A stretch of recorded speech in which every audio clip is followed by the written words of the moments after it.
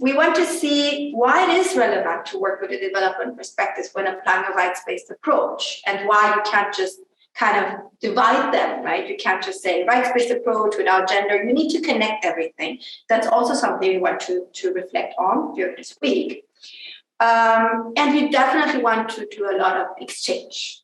This is exchange about experience, exchange about knowledge, exchange about tools, resources, whatnot. We will see what comes out of this week. Really looking forward to that.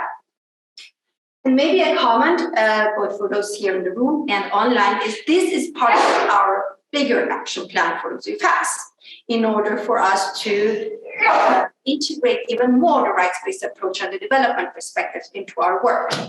So it is a step of different efforts we're making, and we hope that this week will give us some lessons learned on how to continue working with increasing our capacity regarding these topics. So it's a lot of things there in the air, a lot of things we would like to achieve. But as said, this is the launch. We will have a complete workshop today, and we will welcome Ingela Andersson from Sida in a while to do that. But before I go into inviting Ingela here, we will do some interactivity or interactive thing. And we will use the Mentimeter. So I think the guys online, you are seeing it. We would like to know who is here in the room, here hybrid in the room and online. And we would like you to share your name, your organization or organization you work with or represent in this room today, and also your experience or knowledge about conflict sensitivity. You don't need to write a long paragraph or essay, just briefly. Maybe I don't know anything, or I have been working with this for years and years. So very short. And of course, it will give you some time to do this.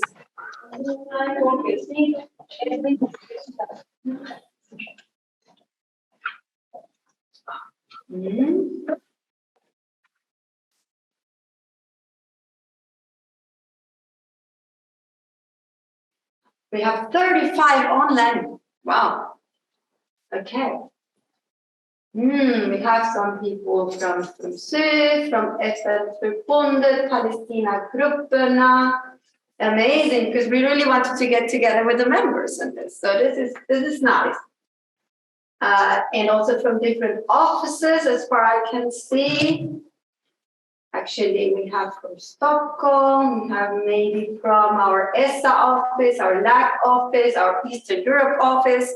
Good, I like this. Emo Stockholm is also here. And SVA. Okay. Excellent. I will give you some more seconds, I guess.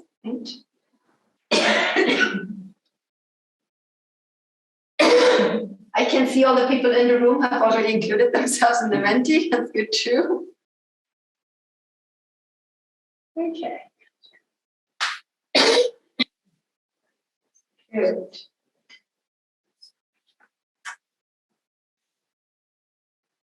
Thank you so much for sharing your name and your organization. We have separate questions. Organization's name. Forum Syd. Another Forum Syd.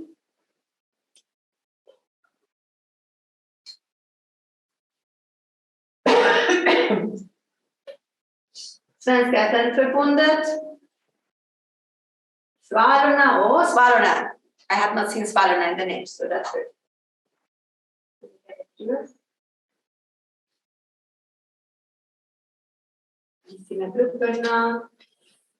Some regional offices, Stockholm.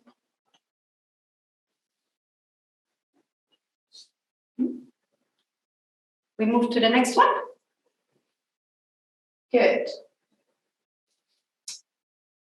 Nothing is completely right, completely wrong. No, don't get afraid of the question. What does conflict sensitivity mean to you?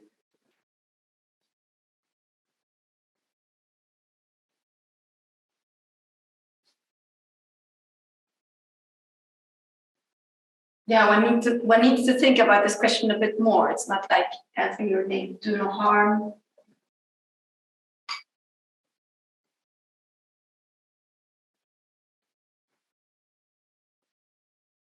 Ensuring safety and security.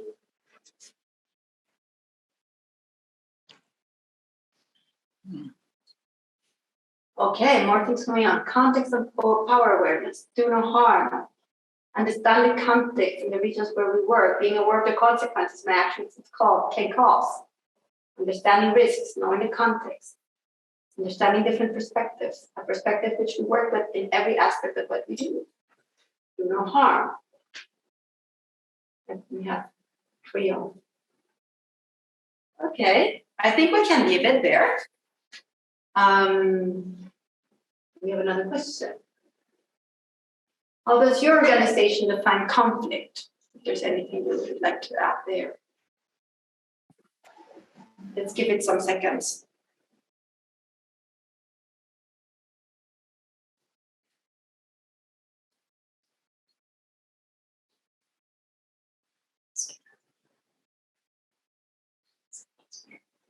And it's not a test to see if you have read the definition paper for the safe about conflict. So, no harm, multidimensional.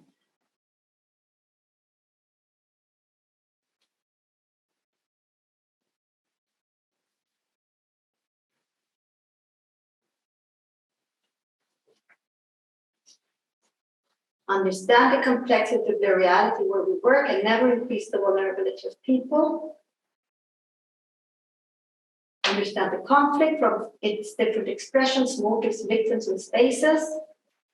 Do no harm and integration into all work.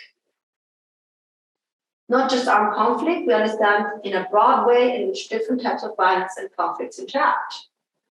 A very basic definition, something like a perceived incompatibility of interest, which means that conflict can be armed or not armed and occur at many levels. Unequal power structure. Okay, so there's different ways in which we're defining conflict. And that's usually the case, right? Also among researchers. Do not harm in different contexts. Good. Move on to the next. Good. Okay, those were the questions. This is just to get a feeling, right? So it's not like an in-depth look at this. And of course, specifically starting with conflict sensitivity and do no harm has different reasons.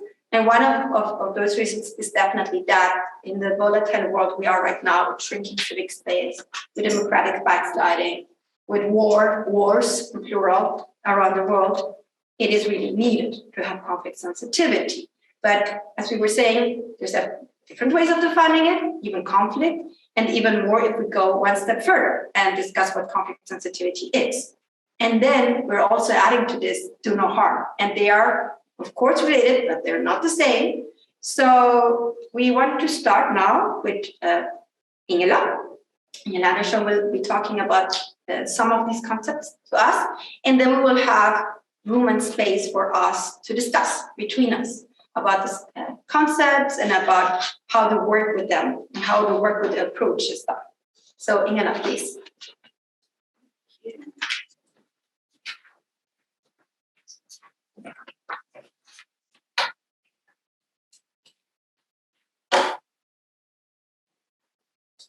Just waiting for the presentation here, but thank you so much for inviting me. My name is Ingela Andersson, and I work as policy specialist on peace and human security at Sida. And I was invited here to talk about Sida's overall approach to an integrated conflict perspective, and also introduce the do no harm framework. So the presentation today will focus then on defining those key concepts that Claudia talked about just now and that you answered on the Menti. And then I will go through Sida's overall approach to an integrated conflict perspective, and also how Sida addresses conflict sensitivity in what we call contribution management, which is then every program or project or other initiative that Sida supports, it's called a contribution in our management system. And then introduce the Do No Harm framework as one of the key analytical frameworks that you as partners can apply in achieving conflict sensitivity.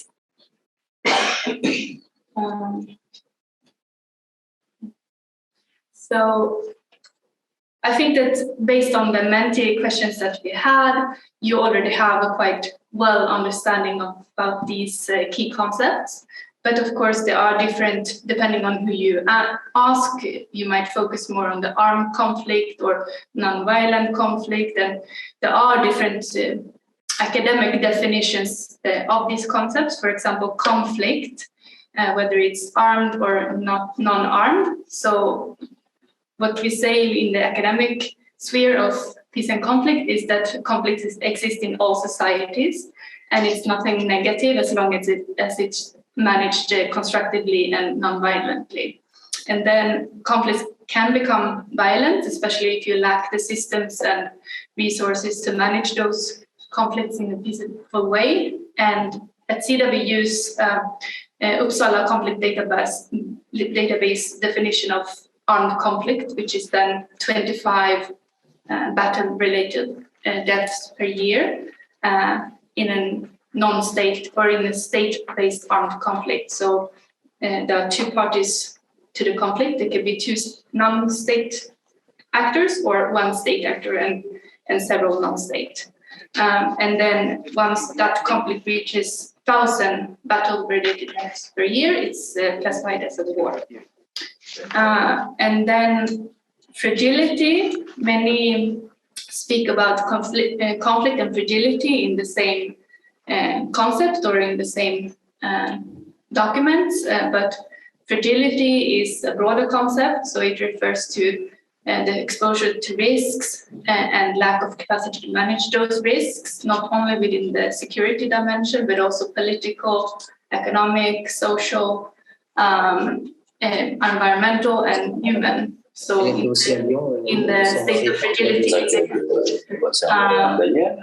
introduced today or a few weeks ago by OECD DAC, they added a human dimension to the states of fragility framework in order to explain more of the human consequences of fragility. They focus a lot there on health and education, for example. And then, as many of you also mentioned in the Menti, is that conflict sensitivity is something important to apply in all types of contexts. And also in order to illustrate that within Sida, we use this conflict cycle in order to describe situations of submerged tensions where it might be seen as a peaceful country, but still with certain tensions and also lack of capacity to manage those constructively. And then rising tensions, which are contexts where we should focus more on conflict prevention than what we are doing today. And then violent conflicts. Today we have, according to Uppsala's definition, we have about 56 armed conflicts ongoing today and more than 5 wars. And then post-conflict situations.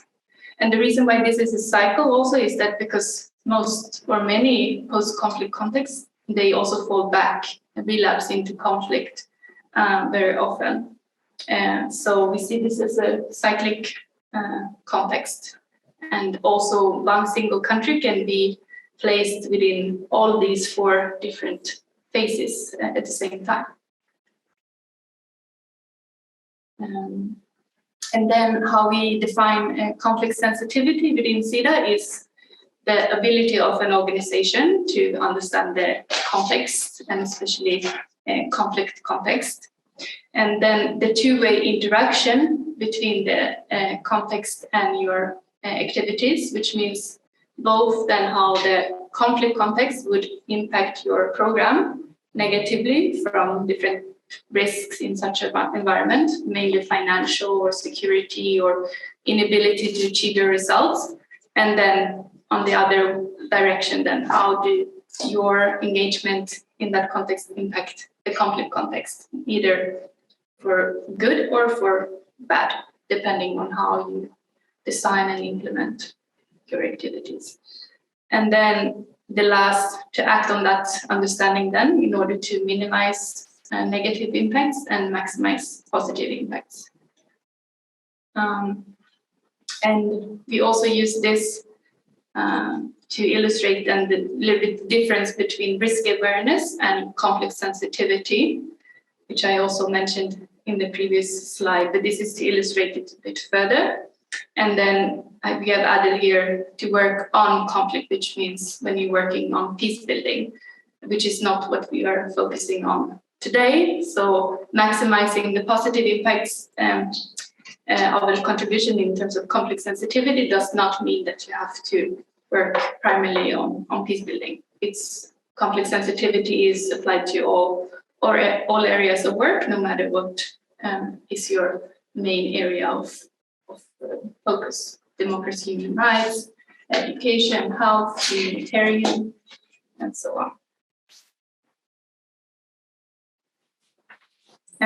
So, which I've said already, it applies to all contexts, to all types of work, and all aspects and areas of work. It's also concerned then with the destructive types of conflicts, but not only armed conflict, but also latent underlying structural violence, for example. And it does not require organizations to fundamentally change their mandate or mission or priorities, saying that doesn't mean that you have to start working with peace building, but it does require certain changes in the way that organizations design, plan, and implement and monitor their activities.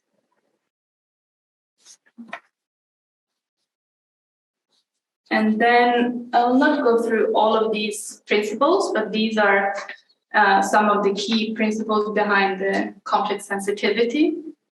And the most significant one to explain conflict sensitivity is the first one, which is the responsibility.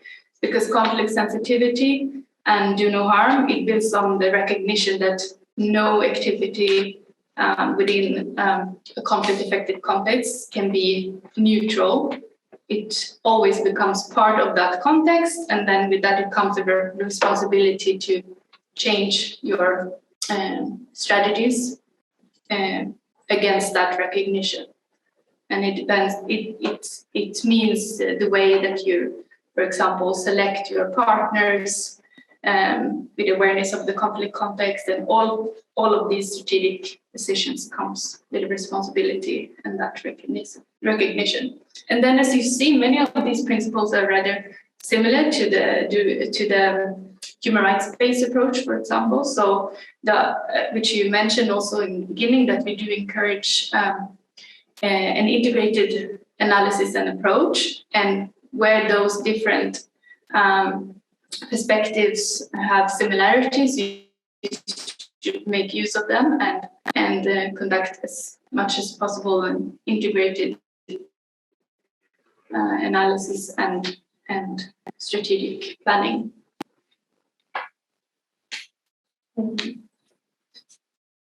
And then a little bit of why it is important, because, well, for us at Sida, we are instructed by the government to apply this perspective in every area of work, in all contributions that we support. This has been so since 2015 as a mandatory requirement. And as I said, it's relevant in all phases of the conflict cycle. And also it helps improve the quality, because you normally focus mainly on the risk mitigation side of do no harm or conflict sensitivity, but it actually can help improve the overall effectiveness of our work in conflict-affected contexts. And also it can support the HDP nexus, so the linkage between humanitarian development and peace building through a shared understanding of the conflict context, and also making sure that at least humanitarian actors also apply as at a minimum a do no harm approach in their activities. And then here on the right side, you have a few examples of what it could mean of if Sida would be not be conflict sensitive in the different contexts where we work.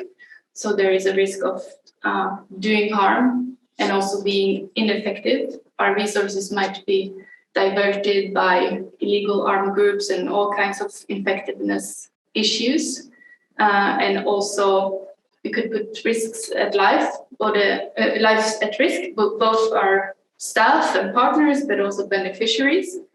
And we actually have such examples. I will not give any details, but there are such examples. And also damage Sida's reputation and also partners' reputation in the different areas where we work.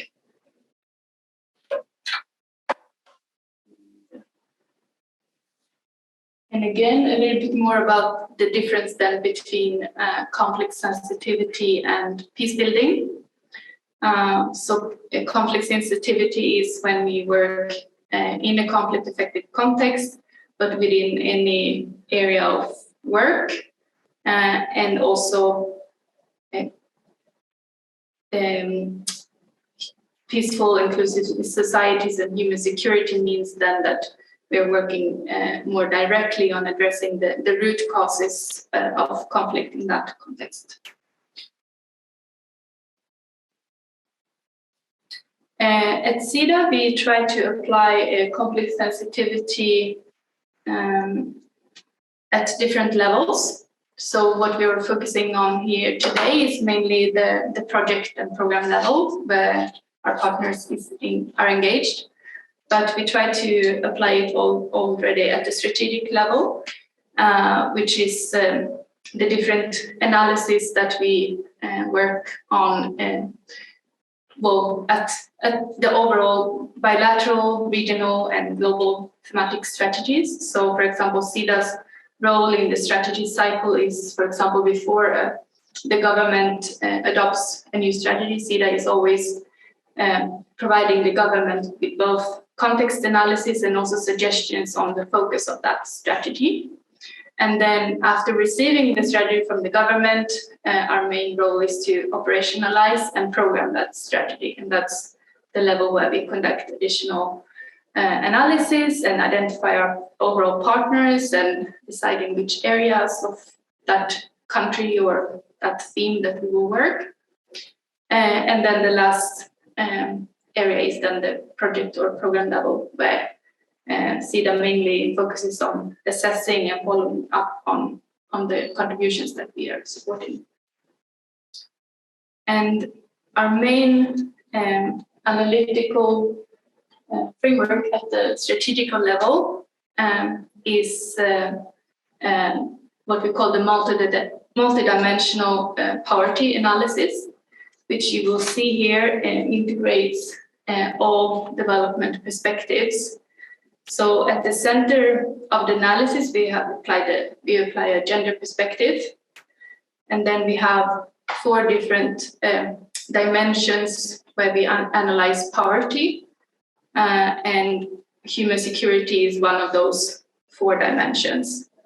And then in the outer cycle, we have the context in which those activities are implemented, and we analyze it also in 4 different dimensions, where peace and conflict context is one of the areas that we pay attention to. And then if you zoom in on the peace and conflict dimension of the multidimensional poverty analysis, we focus on key conflict factors, on actors and dynamics. It's a quite simplified conflict analysis that we apply in this overall framework. And then based on the findings of that analysis, Sida takes the decision whether additional conflict analysis is needed. And that's either done then internally or through, for example, we have a help desk on human security and humanitarian principles, so they can also provide us with such analysis. So sometimes we go deeper than into those issues mentioned here. And this analysis is sometimes conducted in the process where we are planning for a new strategy, or it's conducted at the midterm level or at the end. It depends on where we see a need of updating the context analysis. And now we will focus then on the contribution management level. So Sida has a contribution management system called TRACK, and it includes 4 different phases. The first is the planning phase, when we plan for the appraisal. The second one is the appraisal. And third phase is the follow-up phase, and the fourth one to close a contribution. And this table is a little bit meant to illustrate the different role between Sida's partner organizations and Sida's program managers in achieving conflict sensitivity at this level.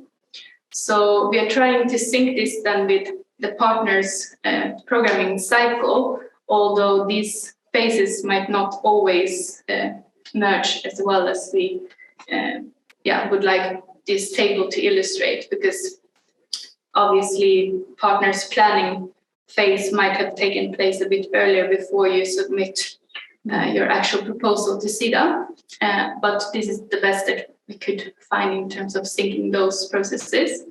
And as you see here, so Sida's assessment of the partner and dialogue with the partner can focus on 2 different levels.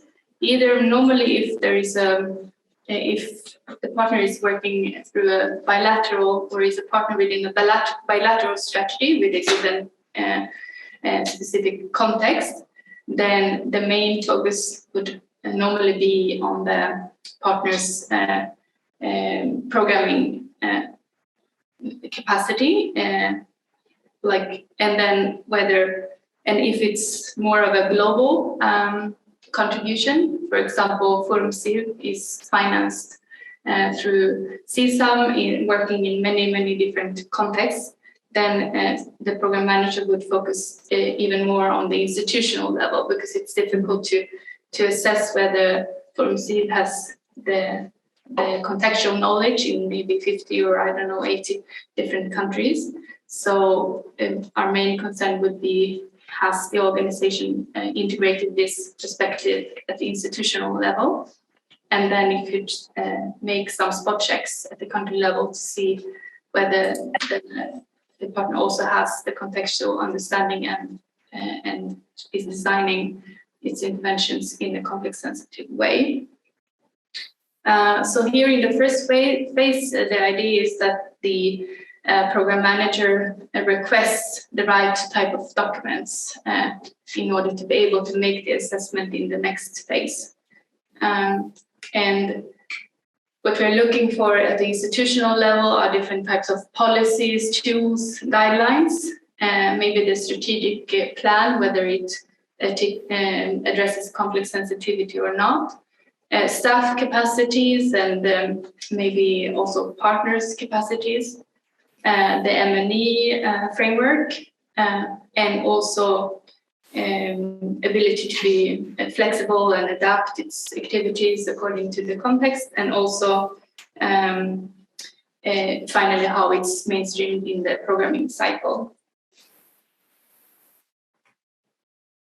And here you see more in detail the second phase. This is when Sida conducts the assessment of the full application, which normally leads to the signing of a contract or agreement between Sida and the partner.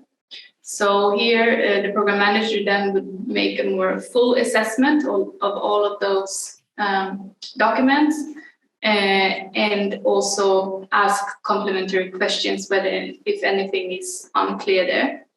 And then based on the overall assessment, it could lead to certain agreement conditions for the partner, if the overall assessment is that this partner does not have sufficient capacities within this perspective, or also the specific contribution in a given context lacks a conflict analysis, for example, then an agreement condition could, for example, be that in the inception phase of this program, the partner would need to conduct a conflict analysis and then explain how it is incorporated in the implementation of the program, for example.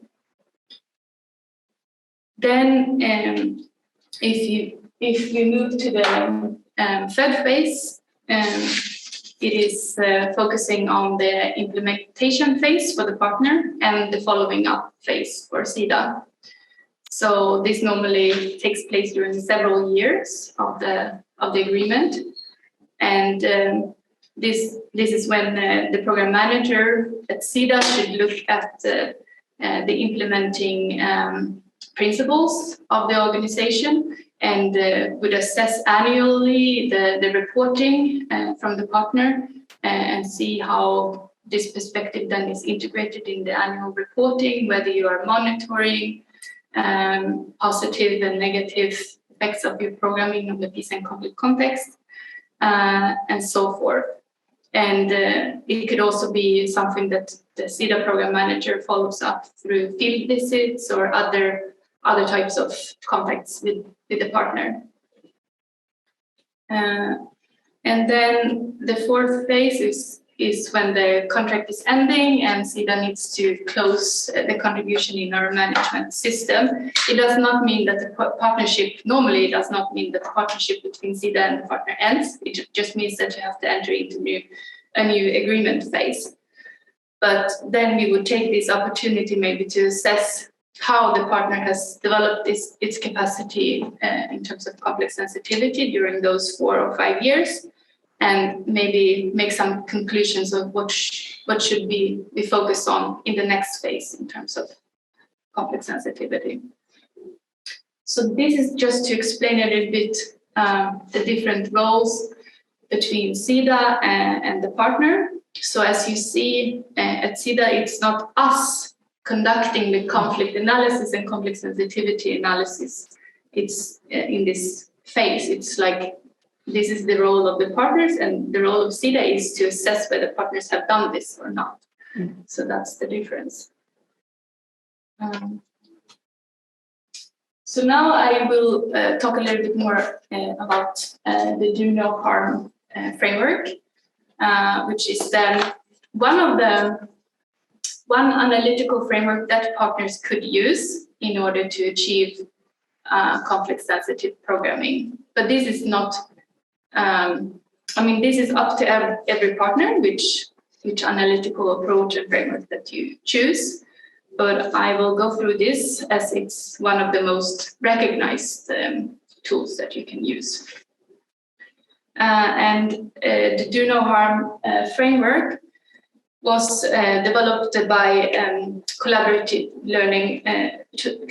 for Development Action, CDA, then in the 1990s, and it built on that recognition that development cooperation cannot be neutral in conflict-affected contexts. It always has an impact on the conflict dynamics, and also they saw that development cooperation had significant negative impacts in certain contexts that they studied. And based on that knowledge, this approach was developed. And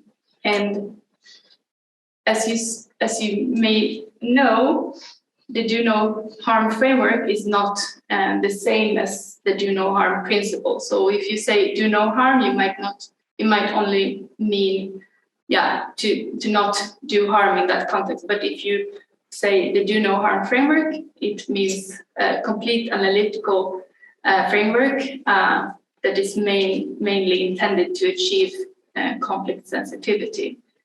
And it includes then at the programming level a 7-step analysis, which starts with understanding the context and understanding what this framework calls dividers and connectors in that context. and then to analyze your own program, and also how that impacts the conflict context. And then in the final steps, it focuses on designing and redesigning the initiative in order to take the best possible options available in that context in order to minimize and maximize the positive effects. And the whole framework also looks like this in order to illustrate that it's not something that could only be applied at the project or program level. It's actually an analysis that applies for the whole organization, because the way your activities in a given context affects the conflict context depends on the organization's overall resources, your mandate, your staff, and then also in the end who you decide to work with, who are your partners, who are your beneficiaries, etc. So this is to illustrate that it's kind of it's an approach that should be institutionalized within the whole organization, and it requires also management commitment and certain strategies and policies at the institutional level.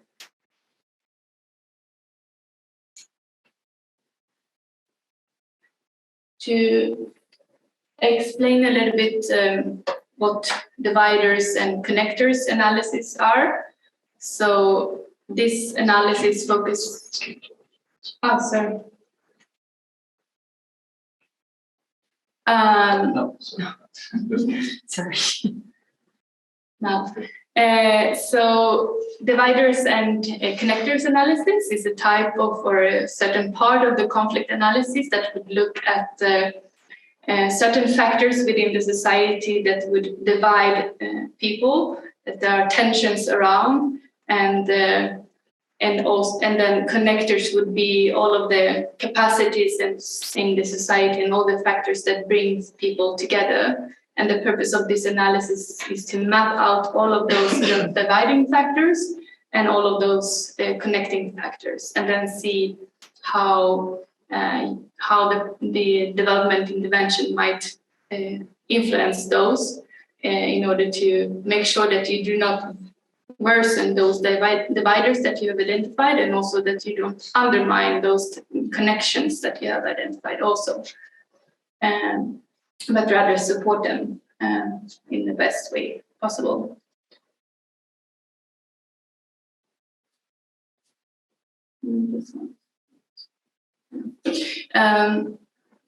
And also a key of conflict.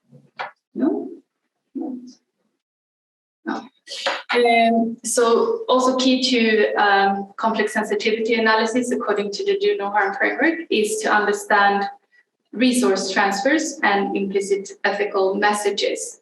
And the resource transfers is all of the types of resources that are brought into the context, and then to understand how that impact the peace and conflict dynamics.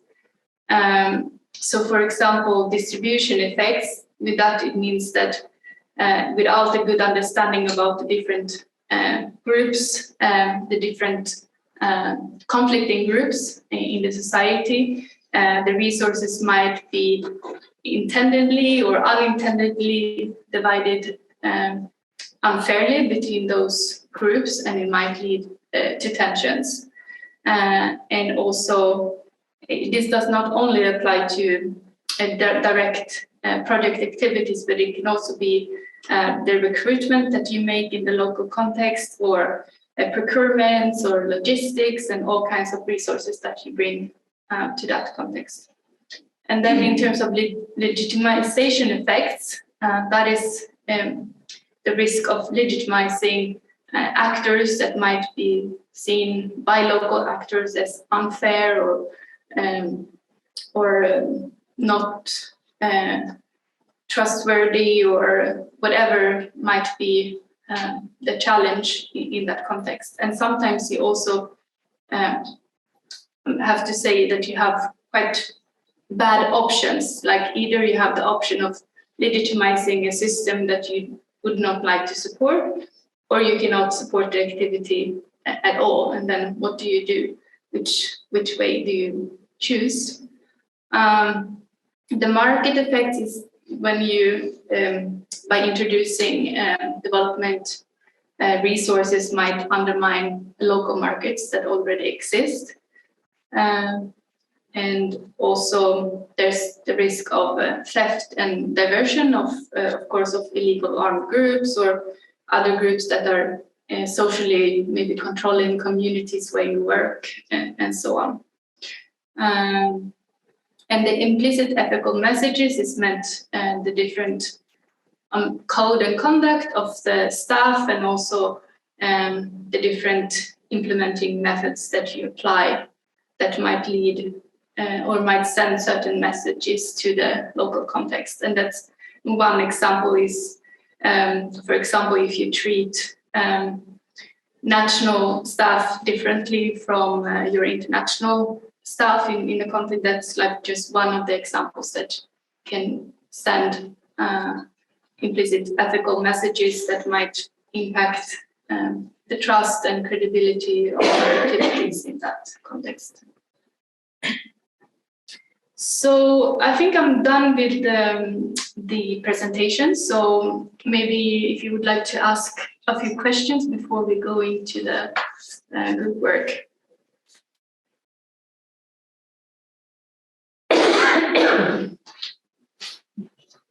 Yes. Yeah, maybe I can start with a question. This last slide I was really liking a lot because I see how it can be used for the analysis. But then I had a question about the substitution effect, because the other ones are quite clear to me. Mm-hmm. Could you give us an example of the substitution effect? Well, I think that the substitution effect is quite similar to the market effects, I think. So that's like when there already are resources and structures in place, and you replace them with something that you think that this community or this area needs.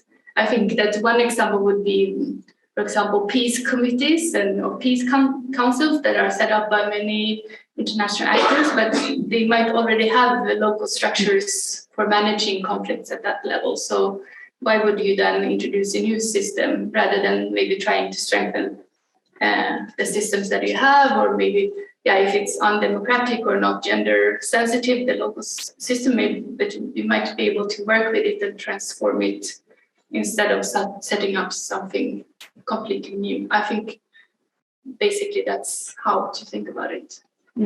Thank you.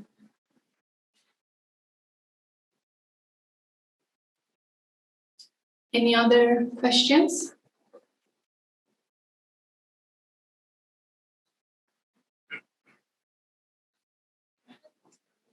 How are we with time? Is it? Yeah, we have plenty of time. Plenty of time. To the next discussion. So could I ask? Would you say that Sida is very good at actually acting on all these things that you just talked to us about? If we go to the contribution management level, which were this table where I explained the role of the partner and the role of Sida in the contribution management phase, I should say, oops, no, I think that's too much. Yeah.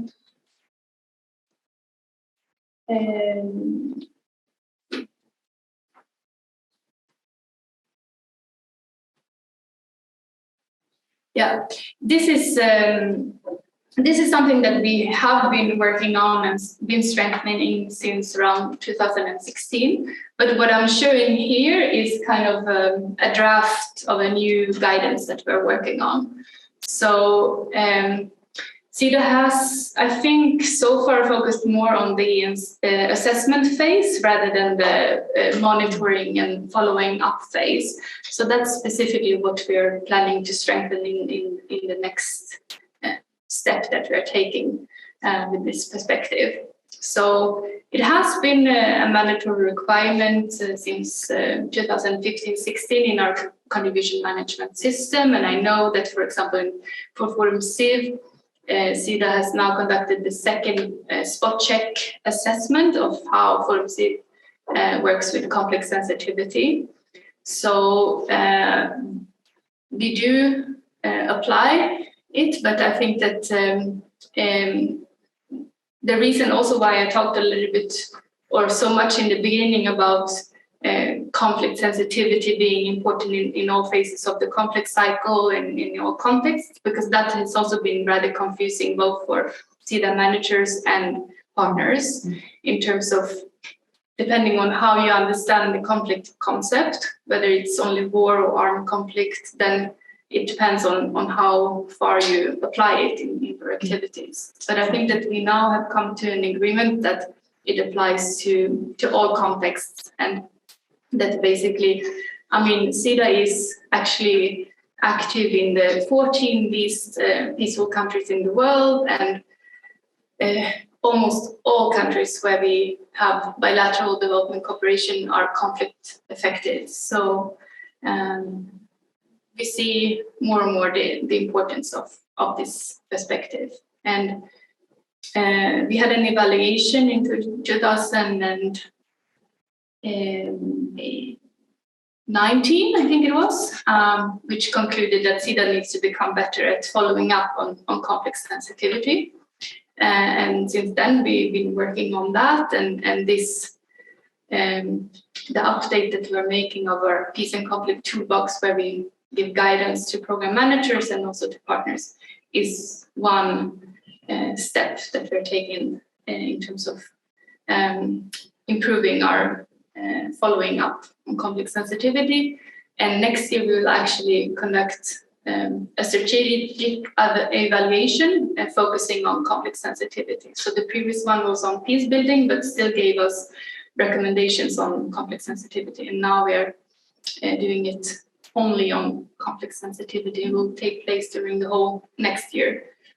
So yeah, we are trying. It's not fully there yet in all areas, but it is improving, and also we see that many partners have also now a good understanding of conflict sensitivity, which we also saw here on the Melty questions that we did in the beginning, that everyone provided good answers to what conflict sensitivity means to them, and many also answered that they do apply it in all areas of work and so on.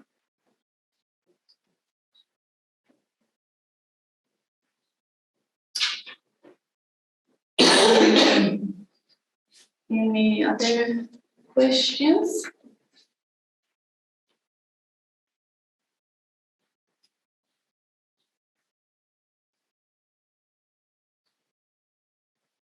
I thought I would. I don't know. Very Um, good discussion. yes. Oh, we see a question up from the online. Okay. Please go ahead. Hello everyone, and thank you very much for an interesting presentation. My question is that often the case when small organizations and grassroots level organizations / groups work in a conflict context, they do that. They do these kind of processes, but without like having it as an official process. So my question: how does Sida takes into consideration that this kind of natural processes or mapping of certain issues into consideration?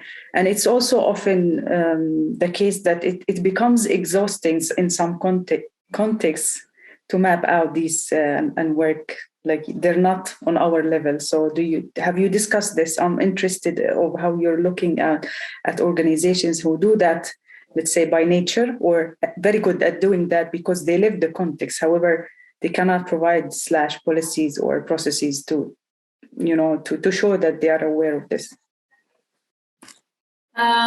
Yes, of course, we have a balance between what needs to be documented and what is in what we know generally about the organization's working methods and so on.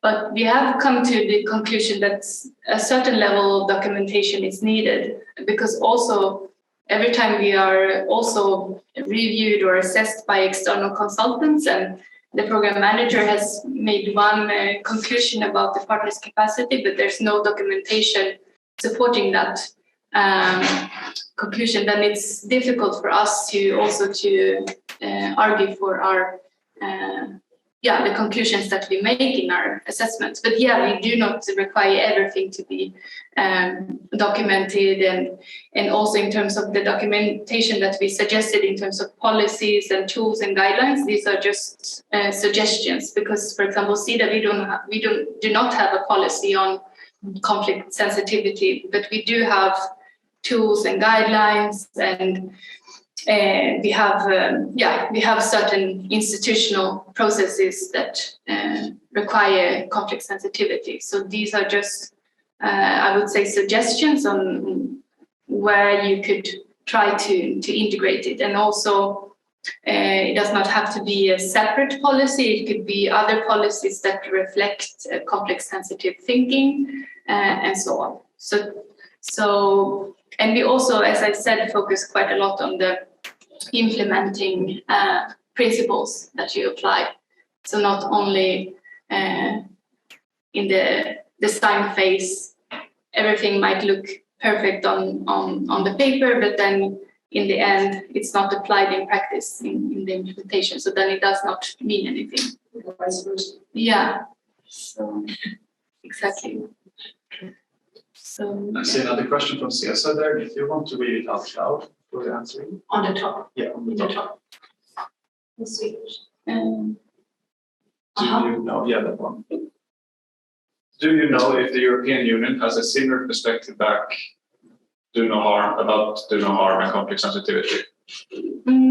I know that they have at the strategic level. I'm not familiar with how they manage their partner contracts, but strategically they have a good guidance note on conducting conflict analysis, which also explains their approach to conflict sensitivity.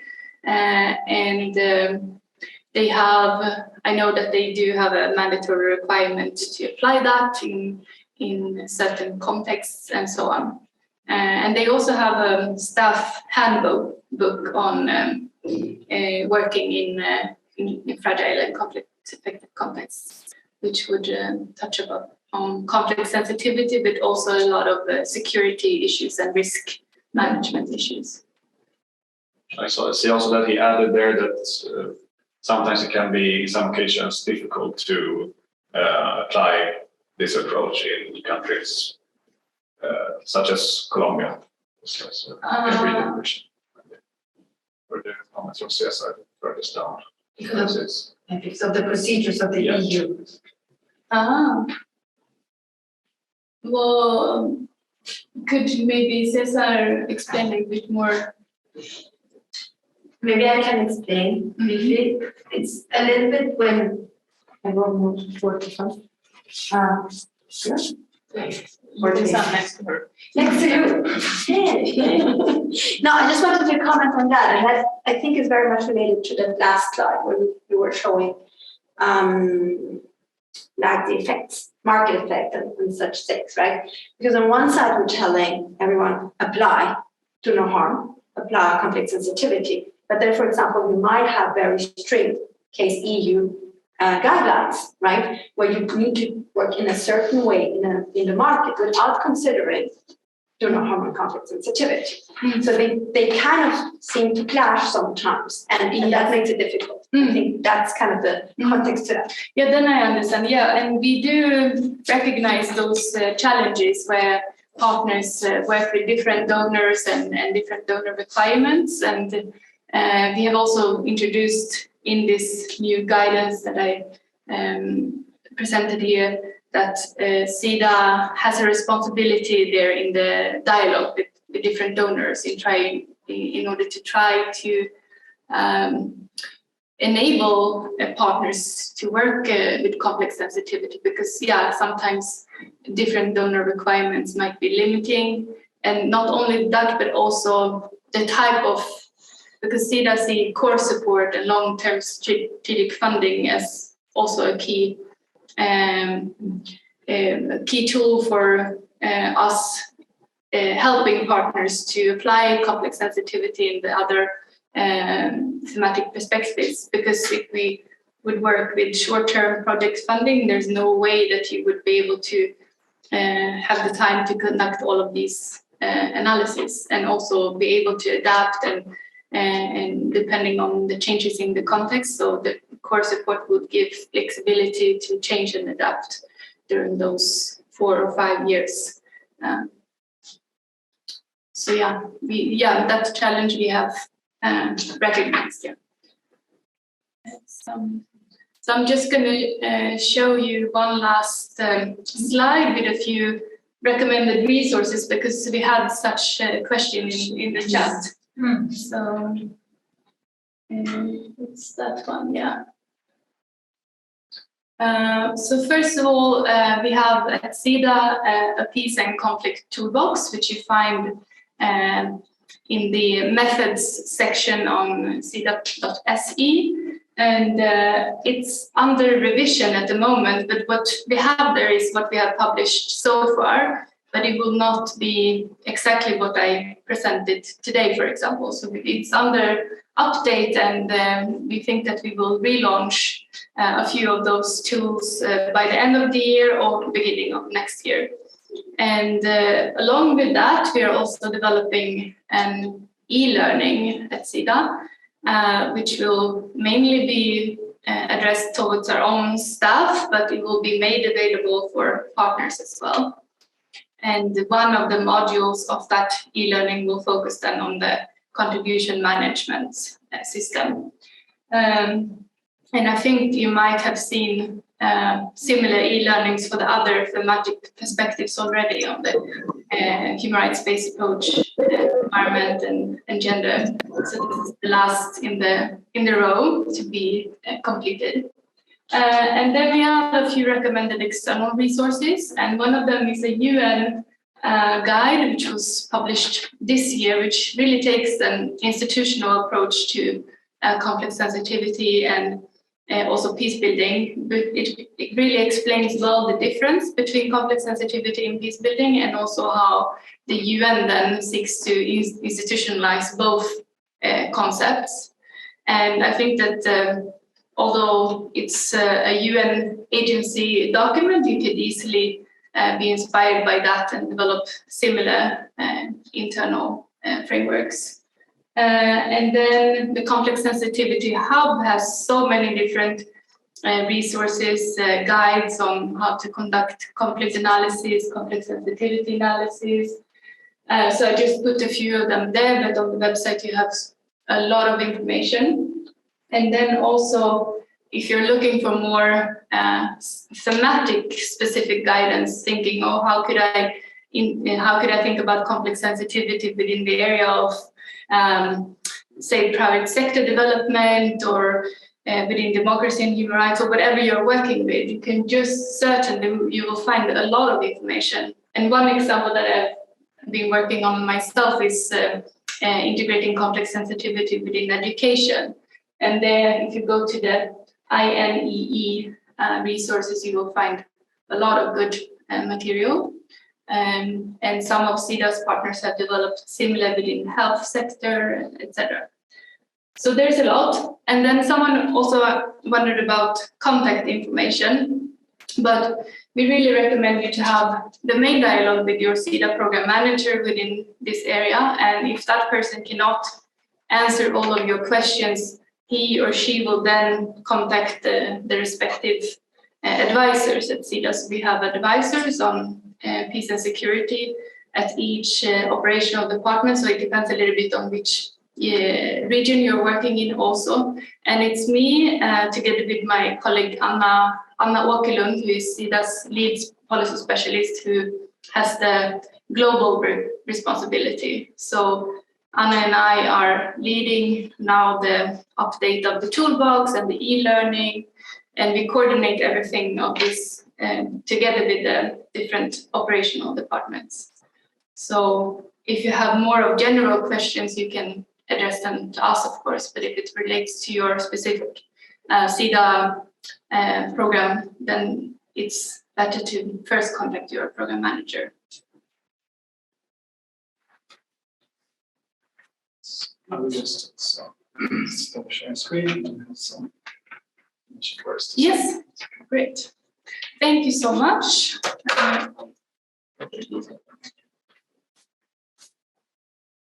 Yes, so first of all, thank you so much, Ingela, for attending and leading this workshop.